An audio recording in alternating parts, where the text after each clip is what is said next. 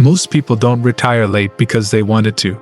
They retire late because somewhere along the way, a series of small, quiet decisions stacked up against them, and by the time they noticed, the cost of those decisions was measured not in dollars, but in years.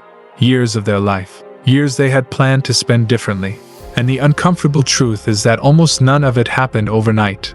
There was no single catastrophic moment, no dramatic collapse, no one event to point to. It was gradual. It was slow. And for a lot of people, it was completely invisible until it wasn't. Today we're going to talk about the real reasons retirement gets delayed. Not the obvious stuff you've heard 100 times. We're going to go deeper into the behavioral patterns, the psychological traps, and the financial blind spots that quietly push that finish line further and further away, often without the person even realizing it's moving. Let's start with something that almost nobody frames this way. The biggest threat to your retirement timeline isn't a market crash. It isn't inflation, though that matters. It isn't even a job loss, though that can certainly shake things up. The biggest threat is normalcy.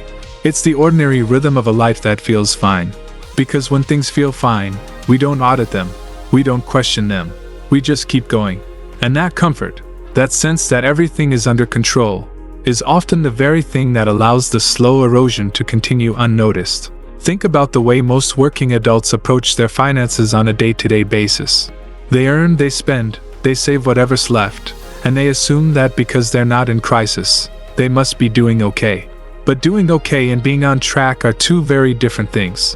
One is a feeling, the other is a calculation. And most people are operating on the feeling while believing it to be the calculation. That gap between perception and reality is where retirement delays are born. One of the most consistent patterns in people who end up working longer than planned is what we might call lifestyle acceleration without intention. This is different from simply spending more as you earn more.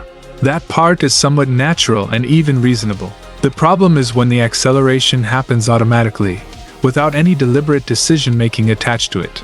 A raise comes in and within a few months the rent is higher, the car is newer, the subscriptions have multiplied, and the dining out has become a weekly habit instead of an occasional treat.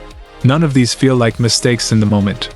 Each one, individually, is easy to justify, but collectively, they consume the very margin that would have funded earlier freedom. What makes this particularly difficult to recognize is that it mimics success. From the outside, and even from the inside, it looks like you're doing well.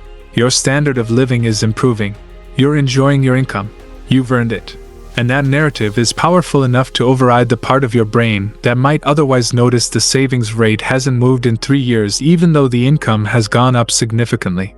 Now let's talk about something that operates even more quietly than lifestyle acceleration. And that's the silent cost of financial fragility. Financial fragility is when your overall financial picture looks reasonable on paper. You have income, you have some savings, maybe you have retirement contributions going in, but there is very little buffer between you and disruption. The car breaks down, and it's a problem. A medical bill arrives and it shifts the month. A roof repair comes up and the investment contribution gets paused for longer than it should. These aren't disasters, they're just life. But when you have no insulation between normal life events and your retirement trajectory, every single disruption pulls you backward just a little bit. And over 20 or 30 years, those little pullbacks add up to something substantial. The reason financial fragility is so underrated as a retirement threat is that each individual event seems manageable. You handle it, you recover, you move on. But the compounding effect of repeatedly redirecting money away from long-term growth, even temporarily, is genuinely significant. When you delay an investment contribution for 6 months to cover an unexpected expense, you're not just losing that contribution. You're losing the decades of compound growth that contribution would have generated. That's the invisible tax that fragility charges you, and most people never see the full bill. Here's another pattern worth examining closely, and it's one that tends to hide behind good intentions. A lot of people delay their own financial progress because they're supporting others. Not irresponsibly, not recklessly, but consistently and without a structured limit. It might be adult children who need help getting started. It might be aging parents who need financial assistance. It might be siblings, close friends, extended family members going through hard times. None of these situations are without compassion. Supporting the people you love is deeply human. But when that support becomes a long-term financial drain without any defined structure or endpoint, it gradually hollows out the resources that were meant to fund your own future. This is one of the topics people are least willing to discuss openly, because it touches both money and love at the same time. But the financial reality doesn't change just because the motivation is generous. Resources redirected away from compounding accounts, delayed debt payoff, or skipped retirement contributions carry real long-term consequences regardless of why they were redirected. The people who handle this well are usually the ones who build their own financial foundation first and support others from the surplus, not from the core. Let's shift to the role of debt, because this is an area where the slow compounding works directly against you in a way that's often misunderstood. Most people think about debt in terms of monthly payments. Can I afford this payment? That's the question. And if the answer is yes, the transaction feels viable. But that framing completely ignores the total cost of carrying that debt over time, and more importantly, the opportunity cost of what that money could have done if it had been directed toward growth instead of interest. When a significant portion of your monthly income is committed to servicing debt, especially high-interest consumer debt, you are essentially working to pay back your past self's spending decisions before you can work toward your future self's freedom. That's a real and measurable delay. And the longer debt carries forward, the longer that dynamic persists. People who retire on time, or even early, almost universally share one characteristic. They aggressively eliminated high-cost debt as a priority, and then kept it eliminated. They didn't carry it forward. They didn't treat it as a permanent feature of their financial life. They treated it as an emergency to resolve. Now here's something that doesn't come up enough in these conversations: the psychological dimension of planning itself. Specifically, the way that vague intentions consistently underperform specific plans. Most people have a general idea that they want to retire comfortably someday. They want to stop working when they're ready. They want to have enough. But those intentions, as sincere as they are, don't translate into action the way concrete numbers and timelines do.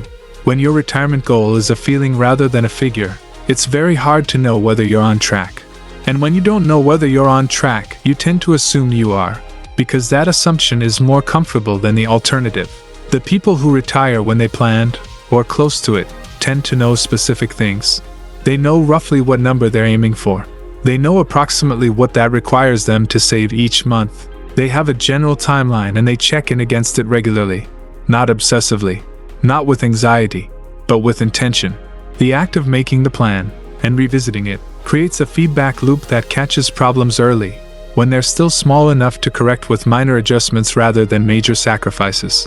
One of the more counterintuitive retirement delays involves what we could describe as false efficiency in financial decision-making.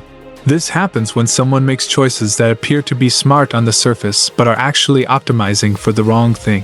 For example, someone who puts enormous energy into finding small discounts on everyday purchases, clipping coupons, comparing grocery prices, hunting for the best deal on consumer goods, while simultaneously ignoring that their investment portfolio hasn't been reviewed in 4 years, their insurance premiums are far higher than necessary, or their mortgage rate could be refinanced at a significantly lower cost. The mental energy going towards small optimizations creates a sense of financial responsibility that then reduces the urgency to address the larger, more impactful decisions. It feels like you're being careful, but careful on small things while neglecting large things is not a wealth-building strategy. It's a comfort ritual. The math here is worth sitting with. Saving a few $100s a year through extreme frugality on small purchases, while leaving thousands of dollars a year on the table through suboptimal decisions on major financial instruments, is not a net win.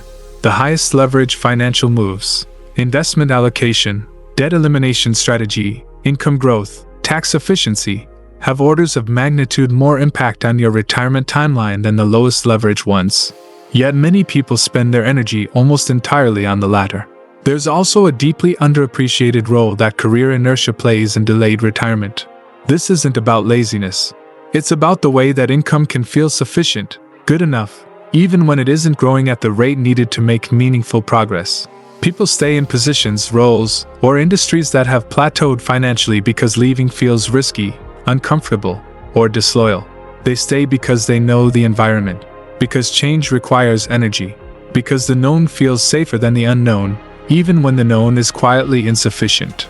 Over a 10 or 15-year window, The compounding effect of income stagnation can be just as damaging to a retirement timeline as poor spending habits. When your income doesn't grow, your savings rate is constrained by a ceiling that never rises. Every year that passes without meaningful income growth is a year where the gap between your current trajectory and your needed trajectory quietly widens. The people who tend to retire on time are often the ones who treated their career as an active project, something to be developed, negotiated, and periodically reinvented, rather than something that simply happened to them while they focused on other things. Let's talk briefly about the role of identity in all of this, because it's rarely part of financial conversations, but it shapes financial behavior enormously. Many people, by the time they reach their mid-career years, have built a significant portion of their self-concept around what they earn and what that earning allows them to do and display. A certain kind of home, a certain kind of car, a certain kind of social life, a certain kind of travel. These aren't just expenses, they're statements.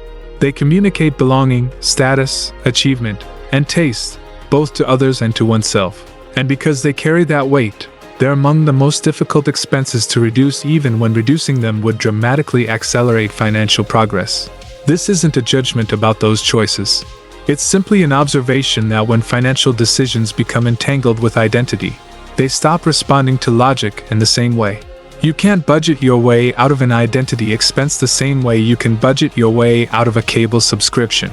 It requires a different kind of conversation with yourself, one that separates what you genuinely value from what you've simply become accustomed to defending. As we approach the end of this conversation, here's what I want you to take away. Retirement doesn't fail suddenly. It erodes slowly, through patterns that each feel reasonable in isolation. The lifestyle that expanded naturally, the debt that carried forward conveniently, the emergency fund that never quite got built, the plan that stayed vague because making it specific felt premature, the career that plateaued while you were busy being comfortable, the family support that had no boundary, the financial energy spent on small optimizations while large ones were overlooked. None of these are catastrophes. Every single one of them is a quiet choice, often well-intentioned, often understandable. But in combination, over time, they produce a very specific outcome, a retirement that arrives years later than it should have, or in far more modest form than was imagined.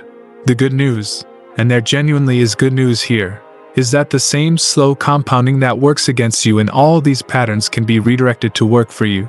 The same gradual, invisible accumulation that delays retirement can accelerate it, if the underlying patterns are corrected early enough. A small improvement in savings rate, held consistently for 15 years, compounds into something transformative. An income increase actively pursued and intentionally deployed rather than passively absorbed can shift the entire trajectory.